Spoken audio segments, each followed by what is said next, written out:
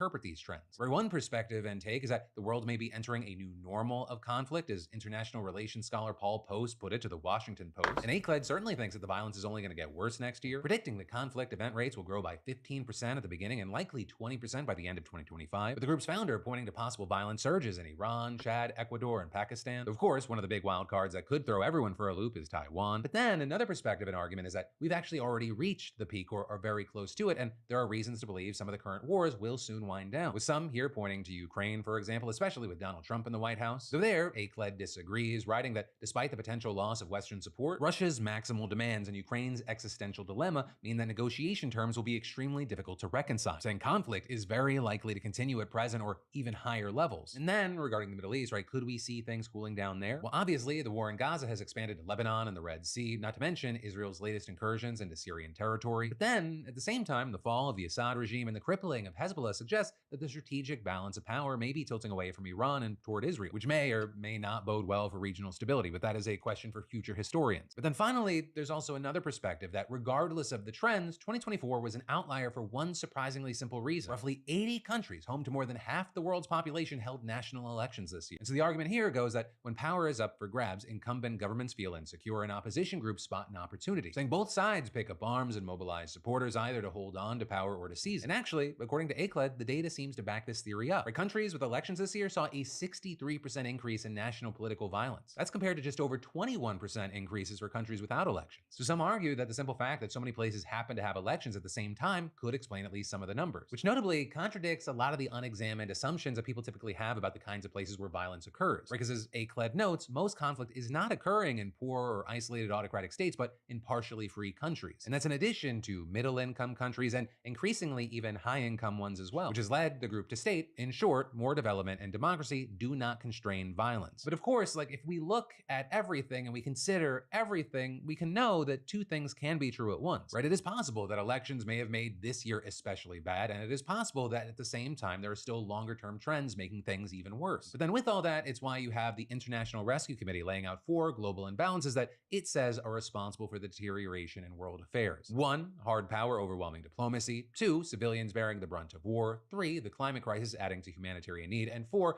economic inequality adding to the burden. So, super easy things to handle and fix, and I'm sure everything is gonna be fine. That is the lie I increasingly tell myself every morning. I just look in the mirror and I go, well, what if everything I'm seeing and hearing isn't real? Yeah, that's how I'm gonna end this semi-deep dive into global conflict, recommending a life hack, and the hack is to lie to yourself when you wake up. It'll make your day better, I promise. But then finally, today, let's end this thing by talking about yesterday with a little commentary. Starting with the fact that a lot of the comments were about that whole Subaru crash situation.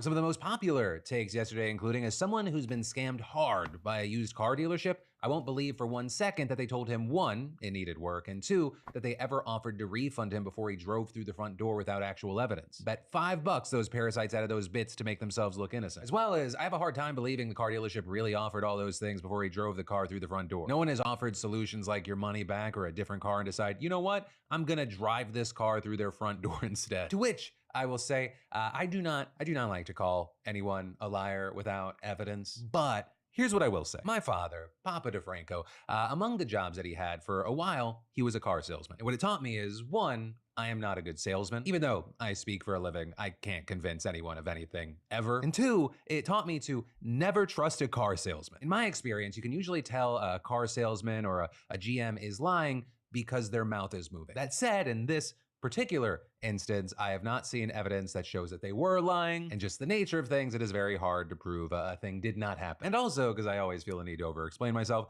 I think it isn't understood that this is not me endorsing someone driving through a dealership. I just feel like I need to throw that out there, because there are a number of people that will take someone going, I understand why people are feeling a certain way, as a condoning of a scary thing, which also actually ended up getting exemplified in the comment section with someone writing, right or wrong, dude driving his car through the front of that dealership is just another example of people saying enough is enough when they feel like they're getting bent over. Dealerships are notorious for selling used vehicles with mechanical issues that they try to hide, with that person then having to add an edit At no point did I say I condone that behavior. I'm just pointing out that people's frustrations are boiling over, so get a grip and don't put words in my mouth. But yeah, that is where today's show is gonna end. We have 4 more scheduled shows on the book till the end of the year. Right, next Monday, Tuesday, Wednesday, Thursday, and after that, well, we'll talk about it next week. And until then, I hope you have a fantastic end of your week and weekend. And as always, remember, my name's Philip DeFranco. You've just been filled in. I love yo faces, and I'll see you right back here on Monday.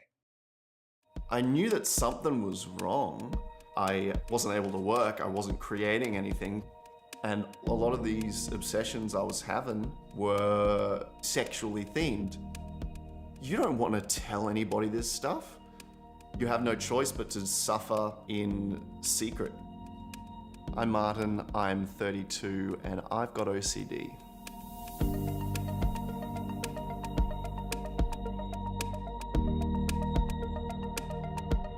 All through uni, I didn't have any troubles. I went through film school, learning how to tell stories and making people laugh. I had the best friends. I just fell in love for the first time. It was great. Obsessive compulsive disorder, or OCD, is where you have intense obsessions about something, and then you try to make those thoughts go away or try to feel better by doing compulsions. You can get obsessed with anything. For me, it was sexual stuff. It was questions about who I am, usually like negative questions. What if I am dangerous? What if I've been born with some, something wrong with my brain that makes me a pervert or, for lack of a better word, evil? At the time, I didn't see it as a health problem. I had this weight that I was dragging around everywhere and that no one else knew and that I could never tell anybody. You read the description of OCD and you think, well, I'm not doing any compulsions. But trying to unthink a thought, negate a thought, trying to solve a thought, what we call rumination, those are all compulsions. So sexuality, which should be positive, I had attached fear to. I totally abandoned sex. I didn't masturbate for 6 years. There was a time I couldn't even touch my penis to go to the toilet. Even something that unsexual, I couldn't do. Years later, my OCD pivoted into contamination concerns, and my hands were bleeding because I was scrubbing them so much. The washing of the hands compulsion is exactly the same as the rumination compulsion. It's all happening invisibly, and so you don't think it's there. It was about 8 years before I managed to say any of this out loud. Even being diagnosed as OCD doesn't make the doubt go away. Medication gives you some sort of support so that you can then do the work. It's taken many years of therapy and changing my relationship to my thoughts to get to the point where I don't take my thoughts as seriously as I did. Thoughts are not threats, feelings are not facts. I discovered as time went on that the more you talk about it, the less power it has. The reactions from people in my life, friends, family, my bosses, has been 100% positive and not at all what I feared. Talking about OCD and creating things about OCD has become like an obsession for me, in a good way this time. That's become a new great purpose of my life, at least at this time of my life, is to use my passion for storytelling to try to tell this very untold story. People can live in that black hole period for decades before finally getting the diagnosis. And I want to save other people from going through that if they can. Now that I'm on the upside of recovery, I feel like I'm making up for lost time. I'm able to go to my parents' house for dinner. I'm able to do something as simple as go to the loo. I'm able to oh my God, go on a date, which is ridiculous. A big part of therapy and recovery is trusting myself enough to love again. And it's a constant daily battle. But I'm working on it. If you can relate to anything I've said, or if you recognize any of yourself in what I've been talking about, please give a click to the link that you'll find in the comments, or give a Google to OCD. There are plenty of resources out there if you just look. Thanks very much. Take care. Let's do this Ben Shapiro thing. So Ben Shapiro is struggling, we played this a little earlier, with the Luigi Mangione story. And he's struggling because the reaction among his audience has been pretty much like, dude, you're out of touch. I kind of understood it. This ain't it, man. I'm a conservative, but I've had all these issues with health insurance companies, with getting ripped off, with privatized healthcare. So like, on the political level, this is not bipartisan. We would not get a single payer system or a public option even under a Republican administration. They're talking about repealing the patient protection parts of the Affordable Care Act. But the regular people, it is. It's cross-partisan, it's bipartisan. The only differences are when class gets involved. And Ben Shapiro here is representing the upper class in his commentary. So he reads Luigi Mangione's manifesto, which talks about the greed of pharmaceutical companies and calls them parasites and speaks to the pain that he was in. And Ben Shapiro wants to fact check. He has a fact check about how actually the United States healthcare system, despite your lived experience showing you that it's completely expensive and you pay in every month and you don't get the benefits that you're supposedly getting for your money when you make those payments, actually it's the best system in the world. So he's engaging in a mass gaslighting of his audience, and I very much enjoy it. This video got a lot of views. He's not doing as well as I thought he would be doing when I went to his channel. This got the most because he included Bill Burr in the title and said he was a jackass or something. He says that for around 30 seconds before launching into an ad read, but this was the bulk of it. An effort to debunk what everybody understands is the reality about their healthcare in this country. You know, as we discussed yesterday on the program, is that this particular person, Mangione, he had some sort of surfing accident where he had a really bad back injury that apparently left him in crippling pain. And he had a surgery that is very often unsuccessful that implanted a series of pins in his spine. And he presumably was having some sort of fights with some health insurance company, but that is totally unclear. And he did leave a manifesto. His manifesto is very short. It's 262 words. And it is worth exploring because it is a window into the mind of people who tend to believe that because the world is filled with problems, this means you get to shoot people, which is unfortunately a growing sentiment Israel? On the left and even some parts of the right. So here is what the alleged shooter actually wrote. Quote, to the feds, I'll keep this short because I do respect what you do for our country. To save you a lengthy investigation, I state plainly that I wasn't working with anyone.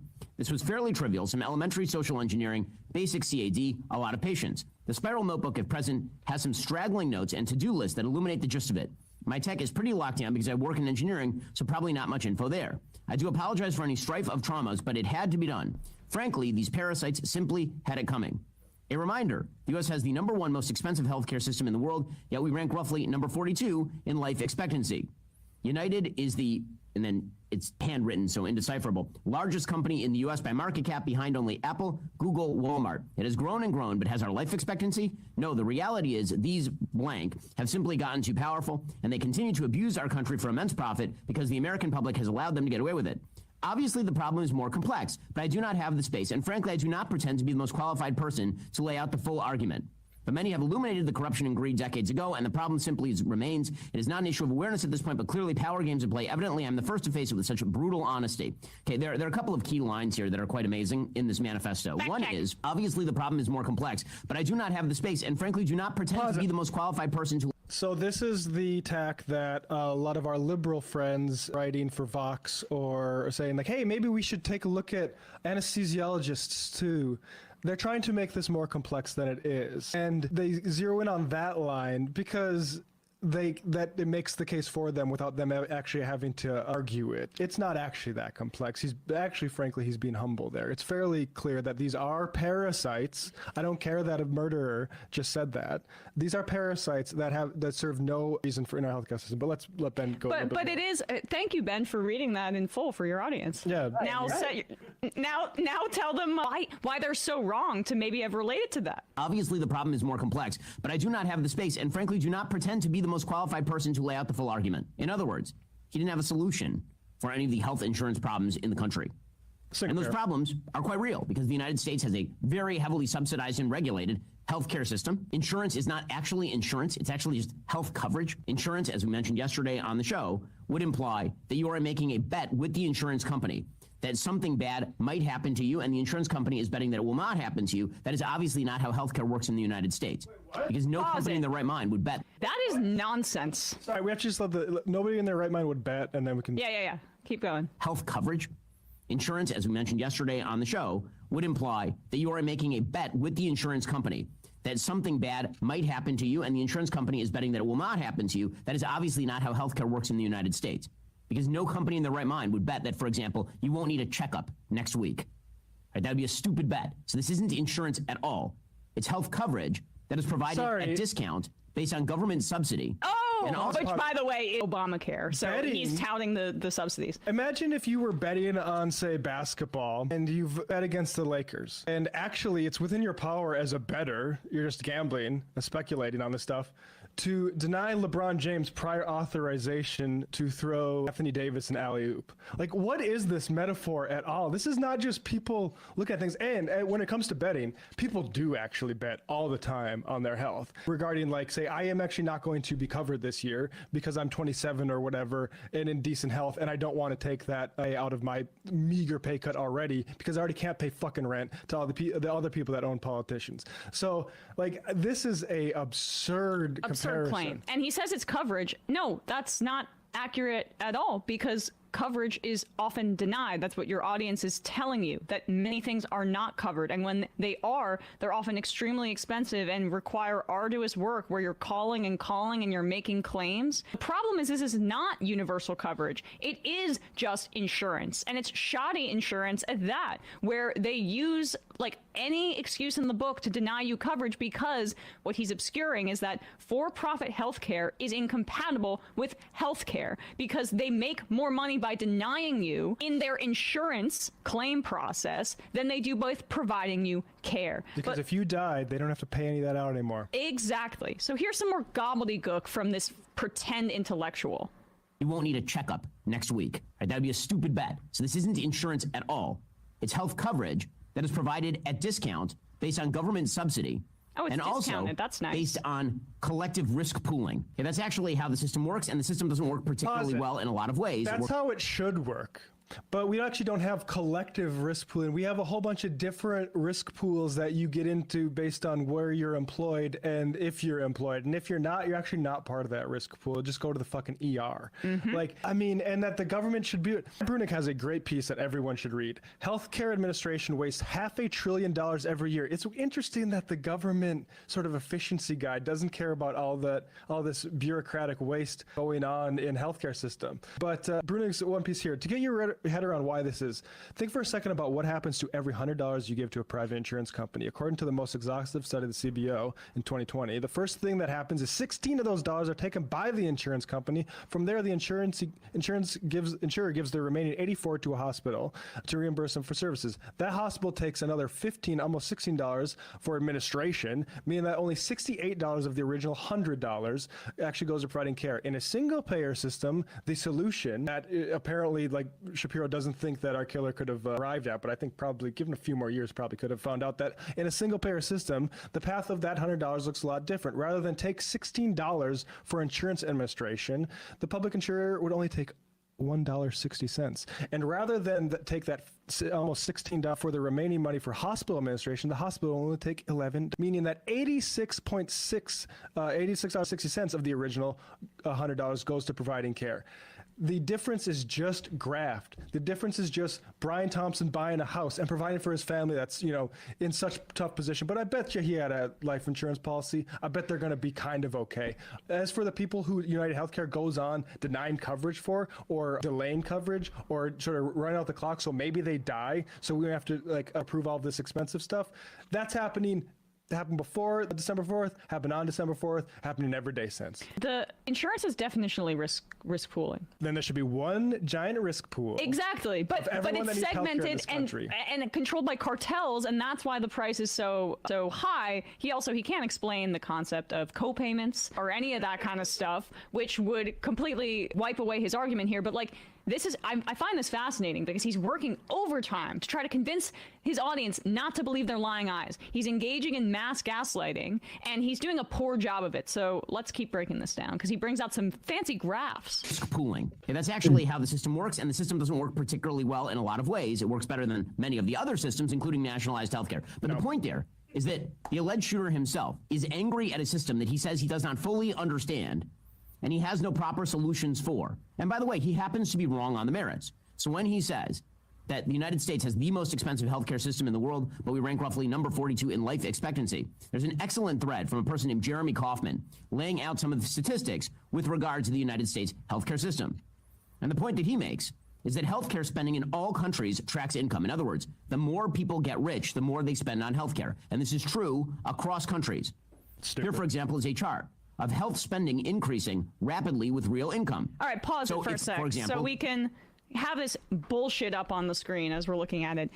If you look, the USA is really high up there still. So even with the graph, in terms of what he's purportedly showing here, that is healthcare spending as it relates to income, it still means there, I guess. I'm trying to make sense of that.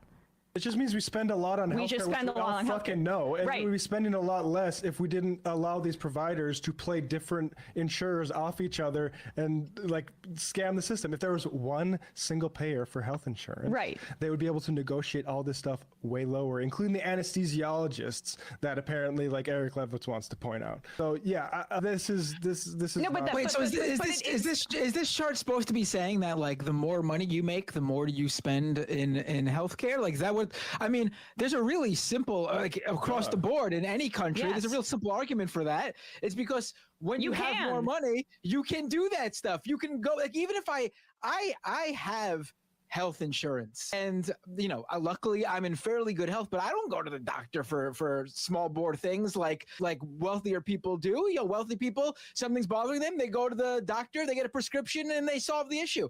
I don't got the time for that. I don't got the money to lay out for the medications, so I just deal with whatever the small problem is, and if it fucks me over later in life, so be it. That's what I get for not having the money right now. Does he not understand? That's part of the problem. And we're spending more because a lot less is covered. One, we're spending more because it's privatized and these cartels jack up the prices, right? And that the amount that's spent, if we could put that chart back up there, where you see at the middle there, those countries have either a public option or a mix of public and private, or they just fully have socialized healthcare. But in terms of the United States, it's not that people are making more money so they boutique want to spend on their own healthcare. It's the fact that so much dental, vision, all of these other procedures that people need are out of network or not covered as well. So what people are paying for healthcare is way too high, and what is essentially not covered, I think, also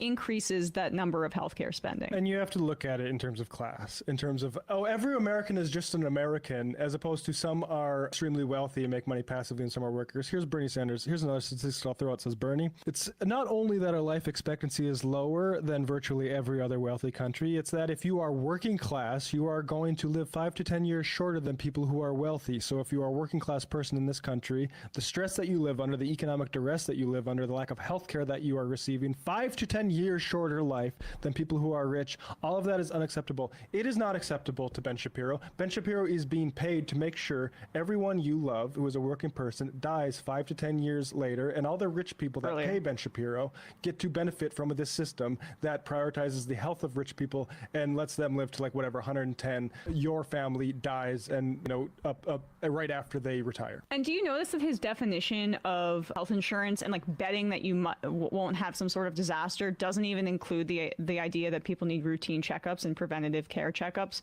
prior to that? That it doesn't have to do just with like a traumatic car accident or something like that, or if you have a heart attack. Health insurance is about helping people have healthier, longer lives throughout. But also that real income, I think that's the x-axis. I have no idea what the hell that means. But these are wealthier countries pay more for healthcare. I don't know why that should be a surprise. Yeah, you probably pay more for a lot of things because of all the wealth. I don't know. But it's how that wealth is allocated. His whole point seems to revolve around this idea that Luigi Mangione did not understand how to solve the problems or fully understand how the system works in every little aspect. And it's just bullshit that you need to know.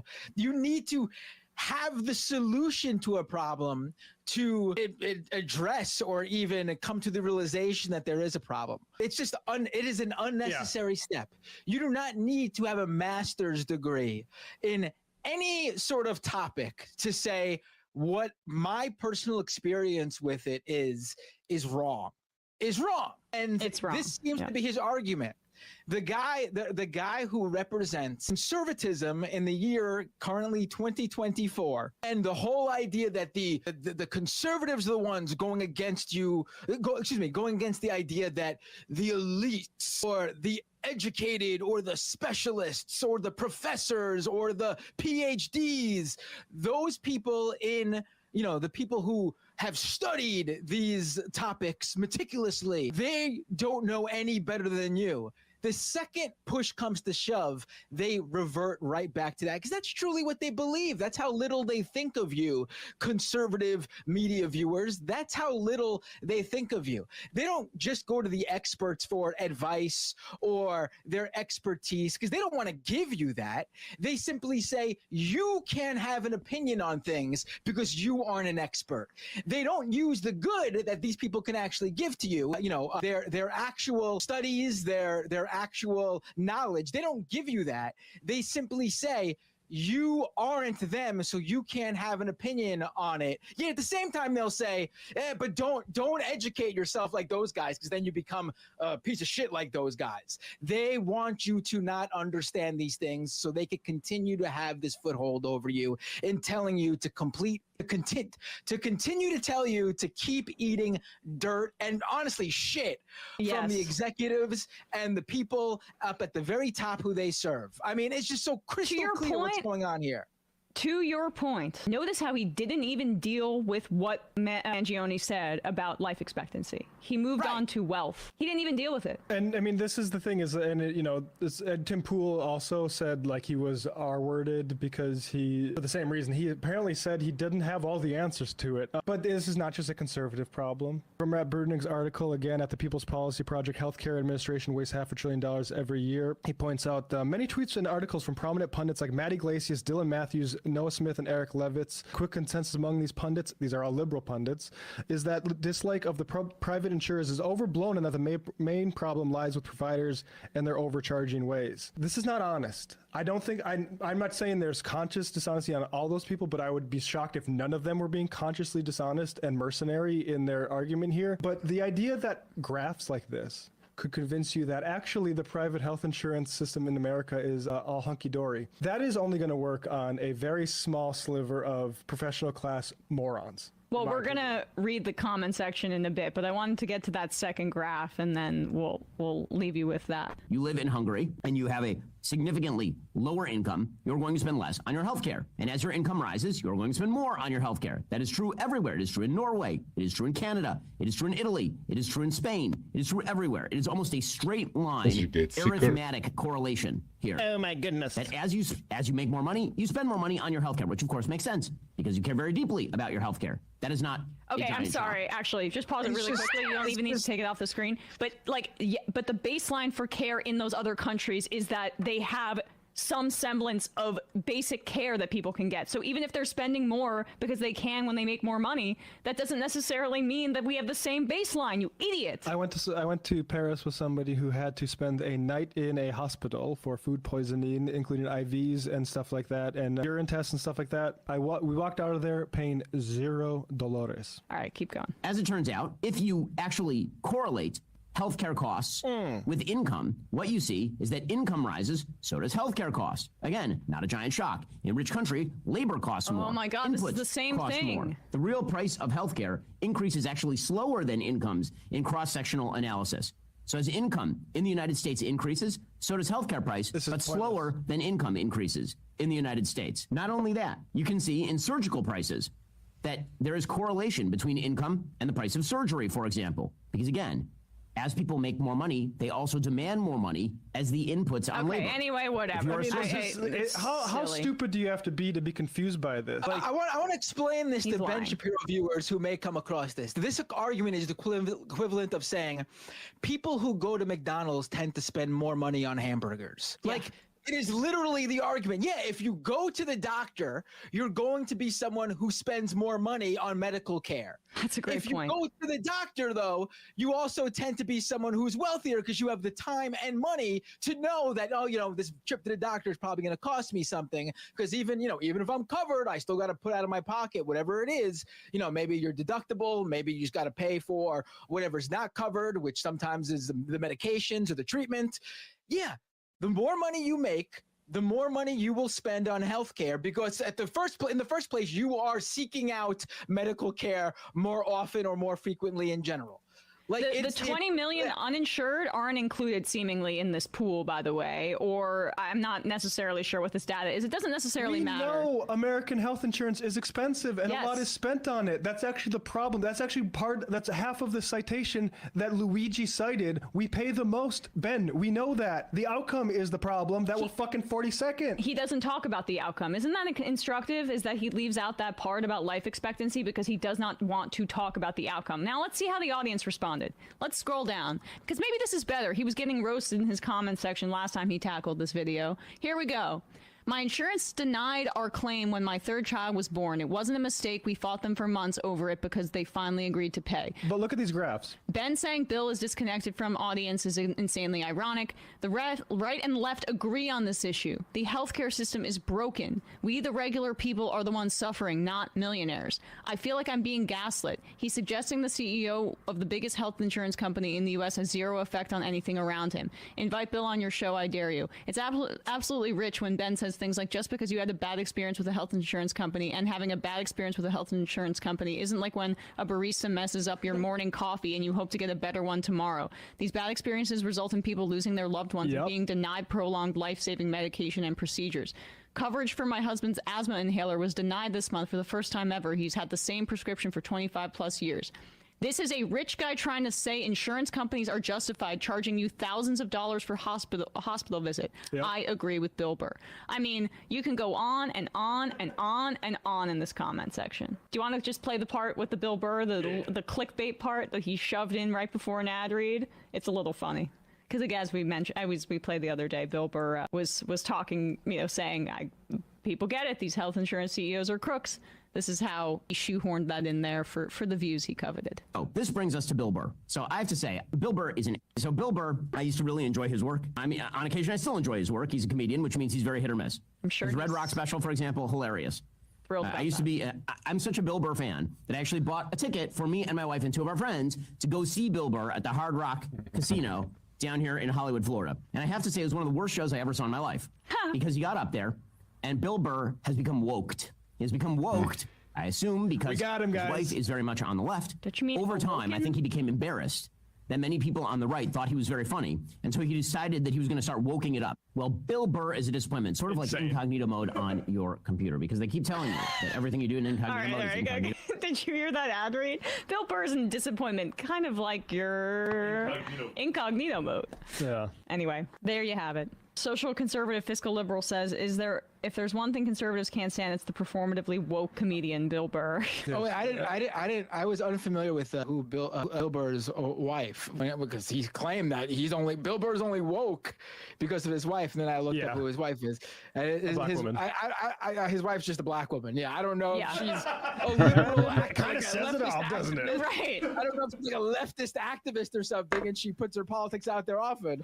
But it seems like she's just like she turned him. A black woman. Yeah, that was it. That's all. Look, we'd have great. Bill Burr would have bashed trans people in Hollywood, Florida, if it wasn't for his damn wife. You're right. Ugh, it's the wokeness. It's everywhere. You can't even escape it. Even when he's trying to see a comedian he thought was on his side because of the whole white thing. Hey folks, don't forget to hit the subscribe button and check out our daily show. We do it every day at 12 p.m. Eastern for about 2.5 hours. We even take phone calls. You should check that out.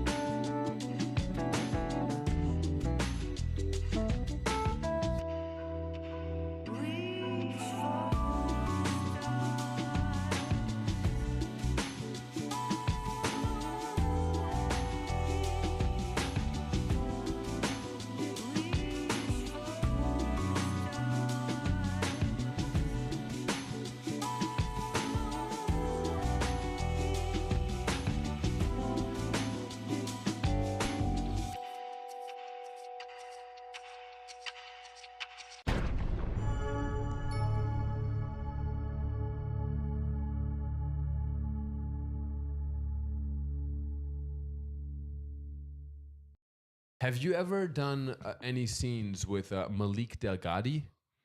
No. You know of Malik? Isn't that the straight guy for men.com, I think? Yes. He did. I did podcast. People love him, by the way. I don't know what it is about him, but this guy, whatever I post with him, like holds number. They have concepts They've been of a plan, not funny things dissimilar on to how my you would do a COVID timeline test, except today. obviously in your vagina and not up your nose. Fertility clinics cannot keep people frozen. This is wildly unacceptable. Hey y'all, welcome back to the second installment of what we are currently and maybe tentatively or possibly permanently calling Reproductive Roundup, where we talk about some trending and headlines in the news that are related to reproductive health in some way. Periods, pregnancy, and everything in between, some might say. Before we jump in, I would like to acknowledge that I am utterly horrified and saddened to hear about the deaths of Candy Miller and Amber Thurman. The predictions that we made, and I had said probably 10s, 20, 100 times on this channel at some point about abortion restrictions leading to preventable deaths would happen, and it is now publicly being acknowledged that it is happening, and these two are certainly not the only ones. But I do think that we should give a full video and analysis to everything that we have and know about the two women, Amber and Candy, who have been in the news recently. And I'm going to keep it relatively light today in the Reproductive Roundup, not because I don't think we should talk about that, but because I think it deserves its own video and I want to work on it as a longer video that has more information. So that will be coming, and I hope that it doesn't seem like I'm leaving that out for any reason other than I think it deserves its own space. That being said, we'll keep it relatively light today, not really, but comparatively, and let's talk about some trending and headline news in the reproductive health space. So first we have Senate Republicans doing what Senate Republicans do and blocking a bill that was put forth to expand IVF access. This is relevant because we've just talked about how Donald Trump is saying he supports access to IVF being easy and free, essentially. And I had said, that's not really consistent with any of his views either on healthcare in general or on reproductive freedoms. And I doubted that that would ever be something that he actually followed through on or could get his party to follow through on. And here we go. Senate immediately knocking down a bill put forth to expand access to IVF. So let's talk about the bill itself just a little bit. Illinois Senator Tammy Duckworth, who is an Iraq war veteran and has two daughters who were conceived by IVF, she put forward this bill that essentially would give a right to access for IVF and reproductive health fertility services. Namely, this would require both private and public health insurers, so the government and private insurance companies, to cover IVF. It does that by going with the guidelines that ASRM or the American Society of Reproductive Medicine has in place about who should be able to access IVF and coverage for it from insurance, etc. It also offered legal protection so that if somebody felt like they were not able to access IVF or their insurance wasn't covering it, that they could have legal recourse for that. It specifically added extra support for service members and veterans in various reproductive health, fertility, access, and coverage, and increased the affordability of IVF, essentially through forcing insurers to pay for it, and added a federal employee health benefit that would guarantee any federal employee would have access to 3 rounds of IVF completely free. So these are great things that would make access to IVF and other fertility services more equitable. A procedural vote of at least 60 was required by the Senate to move it forward, and it failed 51-44. We could not find 9 senators to vote for access to IVF being easier and less expensive for people. Duckworth, who put this forth, noted the chaos that was caused at Alabama fertility clinics when the Supreme Court there determined that discarded embryos count as children. So these are the personhood laws that we hear about, right? So if an embryo is a person from the moment of conception, then fertility clinics cannot keep people frozen as embryos. So abortion bans that are based in personhood bills are extremely dangerous for all the reasons abortion bans in general are, but especially for IVF, because how can you do IVF if you can't have embryos frozen, right? Anyway, you're following, you get it. IVF is going to be, and fertility access in general, a very forefront issue in this election. So keep your eyes on this space, and you know we will keep talking about it here. Moving on to our second story, and actually I would call this story like 1.25 because it's kind of in the same vein because it's about Trump and Vance. Essentially, they have concepts of a plan that they've briefly talked about, which would essentially change regulations for health insurance to deny coverage for pre-existing conditions. So Obamacare, or the Affordable Care Act, tried to take that away, and Republicans have been trying to put it back in as much as they can. This is a problem because they have said, J.D. Vance has said, that he wants to allow health insurances to deny coverage for pre-existing conditions, including pregnancy. He said, yep, pregnancy will make that a pre-existing condition. So here's Shefali Luthra reporting that the proposal, based on a few details Trump and Vance have offered, could particularly affect people who can become pregnant. Before the ACA took effect, the Affordable Care Act, health insurance plans were not required to cover pregnancy-related health care, which can be incredibly expensive, involving multiple doctor visits, medical tests, and labor and delivery itself. That means that pregnancy could become a pre-existing health condition and you could be denied coverage. This is hugely problematic because, hello, we lose our job in the US, that means we also lose our insurance coverage. So it is very conceivable that someone would not be able to keep their job because they can't work while pregnant.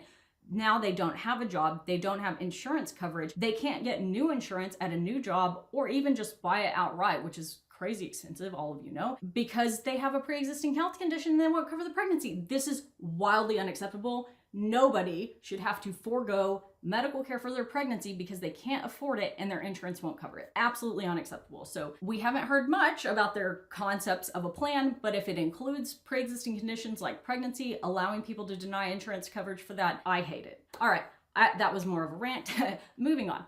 This one is abortion pills in Louisiana, and October 1st, mifepristone and misoprostol, which are abortion pills, but also used for many other things that are not just abortion, including postpartum hemorrhage and miscarriage, is now going to become a controlled substance in Louisiana. Why does this matter? Well, controlled substances, when you are in a hospital and you need access to them, have to be accessed in a different manner than non-controlled. And it's usually reserved for things that are like a high degree of abuse. So opiates, for example, you can't just keep them in a place that's easy to access, and you have special regulations around who can get them out, who has to be present, what kind of rules you have to follow to do that. And that's fine when it's not an emergency medication, right? And when there's a reason, because it's for the purposes of keeping people safe. But misoprostol is a postpartum hemorrhage medication that is extremely safe and often needed in emergency situations, like when someone is bleeding to death after a delivery. So the process taking more time is dangerous. It would be frustrating even if the medication had abuse potential, but the abuse potential of misoprostol is incredibly low, like almost none. The mifepristone, being a controlled substance, is also concerning, but less often required in an emergency situation. It's already highly regulated in a lot of places in the US and difficult to get, which I think, because it is so safe, is also ridiculous, but at least doesn't carry the risk with regards to postpartum hemorrhage and needing it in an emergency. These are stupid things that they're doing to make it harder to access abortion medications, but completely ignoring the fact that these things are used for other things than abortion and sometimes in emergencies. Next story we have is probably going to be exciting for some of you, but I do think we should really piece out what they're talking about. So this story was in the New York Times, and I'll pull up the headline in just a second, but it's essentially saying an alternative to pap smears is here, and you don't even need a speculum. So it's a self-swab, essentially. And yes and no. Even Karen, who does she's my production manager who helps me research things and puts together our stream topics and things like that, and is incredibly educated on these topics because she's worked with me for years and also had a interest in this before, so had a baseline knowledge. Even she didn't quite understand after reading the article what they were saying. And I'm not saying that to call her out. She is incredibly intelligent and very good at this stuff. I'm saying it because it's an easily misinterpreted thing that I'm worried the media won't be presenting in a way that is doing justice to what it is. All right, so this was in the New York Times. An alternative to the pap smear is here. No speculum required. Starting this fall, women will be able to use a simple swab to screen for cervical cancer.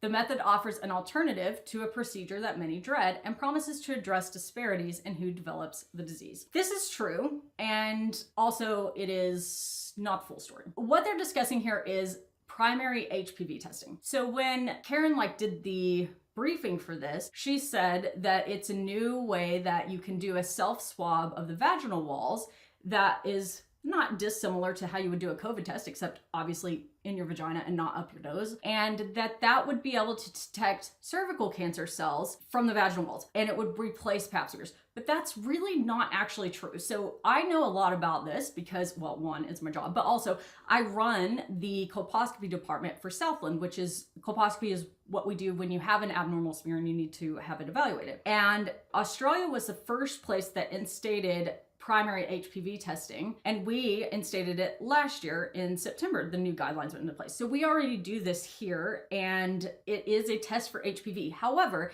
it doesn't replace smears, and it also doesn't detect cervical cancer cells. What these self-swabs do is test for HPV. HPV, there's about 100 strains, probably more actually, and most cervical cancers are caused by HPV, particularly certain strains, HPV 16 and HPV 18. However, HPV is also incredibly common, so most people who have HPV do not end up getting cervical cancer. I hope that makes sense. 80% of people will have a strain of HPV at some point in their life. Most people will never know because we don't test for it, and your body usually clears it on its own, but now we're testing for it. When you get the HPV swab, if it comes back positive for 16 or 18, and sometimes for other ones, you need to have that followed up with a smear and a colposcopy in a lot of cases. So it's an adjunct to screening. And for some people, it will replace smears and they will be able to avoid having a smear test with a speculum. But for a lot of people, it will be the first step in then needing an additional exam, because more people are going to need colposcopies with this. And we already know this because our colposcopy department is overwhelmed with referrals at this point. It's good, and the data is excellent on this being a very good way to screen for cervical cancer, of it increasing our ability to detect cervical cancer, particularly in people who have not had any screening because they don't want to do a smear test and they want to avoid a speculum exam, or they have trauma or uncomfortable, whatever it is, right? So it allows better access, but it doesn't replace smears. It's just this is a first step. If it's negative, great, it's replaced smears for you, but it isn't a replacement for smears for everybody. But it is a good thing. I do think it's a good thing.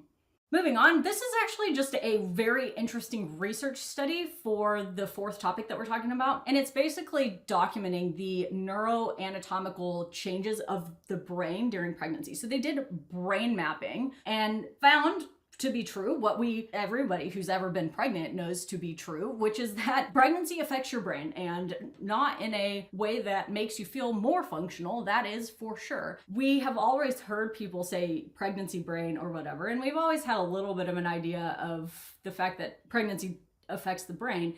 But this study is interesting because they mapped pregnant brains with MRI over the course of entire pregnancies to kind of get an idea of what's happening. So by the 9th week, they found that widespread decreases in gray matter volume and thickness of the cerebral cortex, especially in regions as the default mode network, which is associated with social cognitive function, that there were decreases in the gray matter. Gray matter controls sensations and functions like speech, talking, thinking, memory, all of that, which decreasing that gray matter by the 9th week of pregnancy is kind of wild, but also really speaks to what a lot of us feel during our pregnancy, that we aren't functioning at our normal level. In the second and third trimesters, they found that increases in CSF, or cerebrospinal fluid, and white matter microstructure were linked with higher levels of estradiol and progesterone. So as you move through pregnancy, those get higher, and it affects the CSF and white matter. CSF helps to provide nourishment and protection to the brain. It's kind of like an insulation, and also allows for removal of waste products in your circulation. And white matter helps areas of the brain communicate and process information. So you have significant decreases in these. Now, importantly, there is recovery of the brain matter that decreases during pregnancy. We don't fully know to what extent and how long postpartum it takes for that to fully recover. And this information and this study itself is not really any like groundbreaking information with regards to telling us something about what happens to us in pregnancy. It's more like, hey, we are able to see this now, and maybe it would be interesting and we publish it so that we can learn more. We need more information. We know that it happens, but we don't fully know what it means at this point, if that makes sense. I found it really, really fascinating.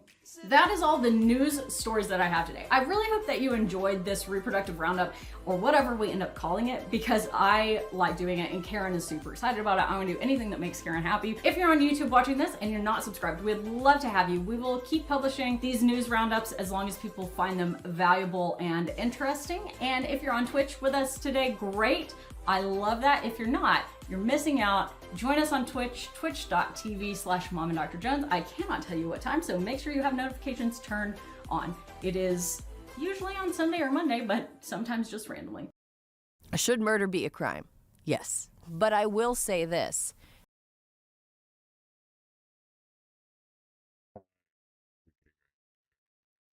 Won't it look like rain, but maybe I get it done.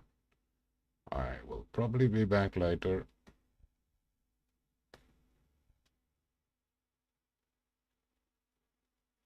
Thanks for hanging.